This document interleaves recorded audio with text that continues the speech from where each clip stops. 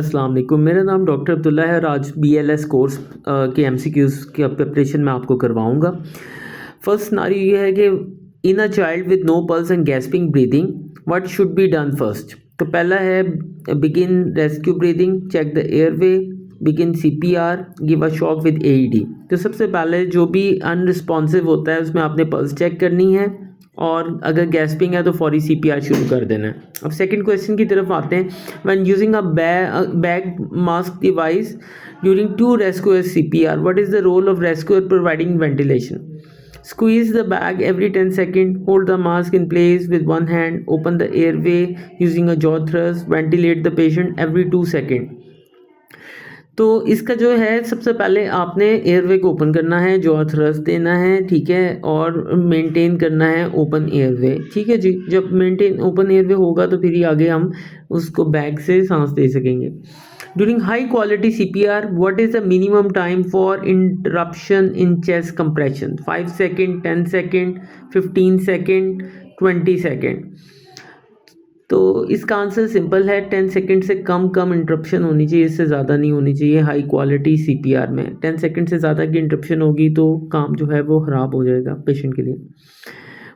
When should defibrillation be performed during CPR if an AED is available? After 10 cycles of compression, immediately after attaching the pads, only after 5 minutes of compressions, after giving 3 ventilations।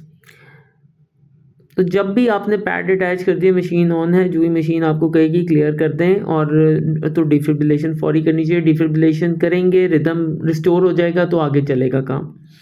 If an adult victim is found unresponsive and not breathing, what is the correct first step? Number 1, administer rescue breaths, begin chest compressions, activate the emergency response system, D check for a pulse. तो सबसे पहले आपको emergency response system activate करना है ताकि help जल्दी से आए, ठीक है, और उसके बाद आपने CPR बिगिन कर देना है। In two rescuer adult CPR, how often should rescuers switch roles to prevent fatigue? Every 5 minutes, every 30 compressions, after each breath, after every 2 minutes। तो इसका आंसर सिंपल है कि जो है ना, ये डिपेंड करता है पेशेंट के ऊपर, जो वो जिस पेशेंट के ऊपर आप CPR कर रहे हैं। अगर आप फटीक हो गए तो एवरी साइकिल भी चेंज कर सकते हैं, लेकिन जो रिकमेंडेड है वो एवरी 2 मिनट है। What is the recommended hand placement for chest compression in an adult during CPR? On the upper half of sternum, on the lower half of sternum, on the abdomen, on the left side of the chest. On the lower half of the sternum जो है इसका right answer है। Lower half of the sternum के ऊपर आपने left hand की जो आपकी हथेली है वो आपने रखनी है और राइट हैंड से जो है ना आपने कंप्रेशन देनी है, और कंप्रेशन 5 सेंटीमीटर से ज़्यादा की होनी चाहिए और इक्वल भी होना चाहिए। How should a rescuer deliver ventilations when an advanced airway is in place during CPR? 1 breath every 3 seconds, 1 breath every 6 seconds, 1 breath every 10 seconds, 1 breath every 15 seconds। तो इसका आंसर 1 breath every 6 seconds है। और अगर ETT डली हुई है तो every 6 seconds आपने देनी है और CPR होता जाएगा 100 to 120 compressions per minute।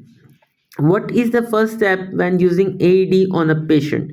Power on AED, place the pads on the victim's chest, analyze the heart rhythm, deliver a shock। तो सबसे पहले आपने AED निकालना है, उसको ऑन करना है, ऑन करेंगे, आगे जो वो कमांड कहेगा उसके मुताबिक आपने चलना है। ये जो है वो सबसे ईजी होता है कि ऑन करें, आगे जो मशीन बोलती है वो करते जाएं। In infants, which compression technique is recommended when 2 rescuers are available? तो 1 hand compression, 2 finger technique, heel of 1 hand, 2 thumb encircling hand technique।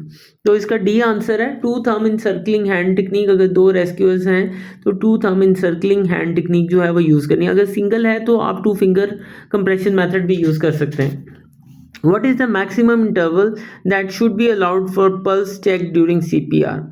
5 seconds, 10 seconds, 15 seconds, 20 second. तो देखिए 10 सेकंड से ज़्यादा की जो है ना वो इंटरप्शन नहीं आनी चाहिए। तो इसका यही होता है 1001, 1002, 1003, 1004, जो इस तरह आप गिनते हैं ताकि जो है ना एक वो वर्ड आ जाए और जो है फिर आप 10 तक गिन के ख़त्म कर देते हैं। 7 तक आइडियली गिनते हैं।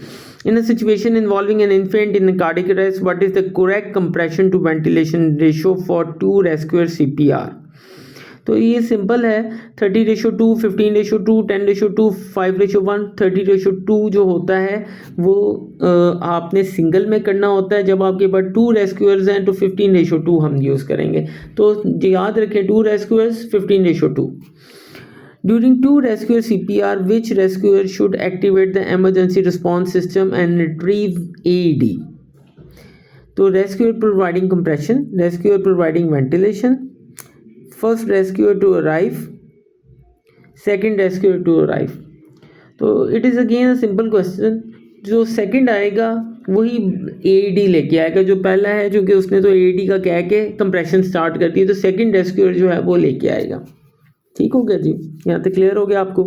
When using a bag mask device for adult victim, how often should breaths to be delivered? 1 breath every 3 seconds, 1 breath every 5 to 6 seconds, 1 breath every 8 seconds, 1 breath every 10 second. तो ये सिंपल है, ये पहले भी discuss हुआ है। तो इसका बी आंसर है 5 to 6 सेकेंड की बात करते हैं। तो अगर आपने एडवांस डिवाइस लगाई है तब भी आप 6 सेकेंड की बात करते हैं, अगर आपने नहीं लगाई तब भी आप 5 to 6 सेकेंड की बात करते हैं। If an AED does not have a pediatric pad, what should be done when treating a child under 8 years of age? 8 years हम एज रखते हैं कि इससे कम वाले जो हैं वो चाइल्ड कंसीडर होंगे और उनके चाइल्ड पैड्स लगने। अगर नहीं है तो आप क्या करें, तो इसका आसान है, एडल्ट पैड लगा दें, लेकिन इसमें इंश्योर करें कि आपस में टच ना करें। तो इसका ए आंसर है। तो ये एक सिंपल होती है, डेल्ट पैड्स भी लगा सकते हैं। दूसरा इसका ये होता है, एक pad front of the chest पे लगा दें, एक बैक पे लगा दें। जो लेटर लगना था वो बैक ऑफ द चेस्ट पे लगा दें। What is the appropriate depth of chest compression for an adult during CPR? 1 to 1.5 inches, at least 2 inches, at least 3 inches, at least 4 inches. तो आंसर इसका बी है, एटलीस्ट 2 इंचेस या 5 सेंटीमीटर। ठीक है जी। तो इस तरह करने से जो इफेक्टिव सर्कुलेशन है वो मेंटेन होगी और ऑक्सीजनेटेड ब्लड जो है वो मिलता रहेगा ब्रेन को। What is the key advantage of 2 thumb encircling hand technique in an infant CPR? ये मैंने पहले भी आपको बताया, 2 रेस्क्यूअर्स हैं तो इन 2 thumb encircling hand technique use करनी है इन्फेंट में। Ensure consistent chest compressions and depth and force. तो बी है, जब आप दोनों हैंड के थंब से प्रेस करते हैं तो कंसिस्टेंट जो फोर्स है वो मिलती है और जो हार्ट है वो पंप करता है। For a child with a pulse but inadequate breathing, how often should rescue breaths to be delivered? 1 breath every 3 to 5 seconds, 1 breath every 5 to 6 seconds, 1 breath every 10 seconds और 1 breath every 15 सेकेंड। तो ये पहले भी आपके साथ discuss किया है कि बच्चों का रेस्पिरेटरी रेट थोड़ा ज़्यादा होता है, इसीलिए इनको एवरी 3 to 5 मिनट्स जो है ना इनको देनी पड़ेगी। ठीक है जी, तो ये फिर ओके हो जाएगा। If an infant is choking and becomes unresponsive, what should the rescuer do? देखिए जब कोई अनरिस्पॉन्सिव हो जाता है तो तब आपको फौरी तौर पे CPR बिगिन करना पड़ता है। तो चेस्ट कंप्रेशंस आपको फौरी तौर पे जो है वो करनी पड़ेंगी और कभी भी ब्लाइंड फिंगर से जो है वो ब्लाइंडली कोई ऑब्जेक्ट रिमूव करने की कोशिश नहीं करनी चाहिए। ठीक है जी, कोई एडल्ट हो अनरिस्पॉन्सिव हो जाए, चाइल्ड हो अनरिस्पॉन्सिव हो जाए, इमीडिएटली CPR शुरू होगा। अब अगले क्वेश्चन पे चलते हैं। During single rescuer CPR for an infant what is the recommended compression technique? तो 2 फिंगर कर सकते हैं। 2 फिंगर जो है उसके अंदर वो ज़्यादा होती है इजी, तो वो ज़ाहिर बात है एक हैंड से ही हो जाती है। ठीक है जी, तो इसका आंसर जो है वो सी है। ठीक हो गया। तो ये आपको पहले भी बताया, 2 फिंगर से करना, 30:2 देना है। अगर 2 रेस्क्यूअर्स होंगे तो 15:2 होगा। When using an advanced airway during CPR, what is the correct ventilation rate for an adult? तो ये क्वेश्चन जो है ये पहले भी डिस्कस हुआ है, एवरी 6 सेकेंड। तो आपने याद रखना है एवरी 6 सेकेंड। अगर ये इन्फेंट होगा तो एवरी 3 to 5 सेकेंड हो जाएगा इसका आंसर। ठीक हो गया जी। चलो जी, अब नेक्स्ट क्वेश्चन पे चलते हैं। When using an advance airway during CPR, तो ये आपको मैंने बता दिया एवरी 6 सेकंड। नेक्स्ट क्वेश्चन पे चलते हैं। What is the main purpose of defibrillation in cardiac arrest? तो डिफिब्रिलेशन हम इसलिए करते हैं ताकि जो हार्ट ठीक तरह उसका रिदम नहीं आ रहा वो ठीक रिदम आने लग जाए। तो इसीलिए जो है ना, to reset heart's electrical system, तो रिदम उसका वापस लाने के लिए उसका इलेक्ट्रिक सिस्टम को रीसेट कर देते हैं। तो बी इसका करेक्ट आंसर है।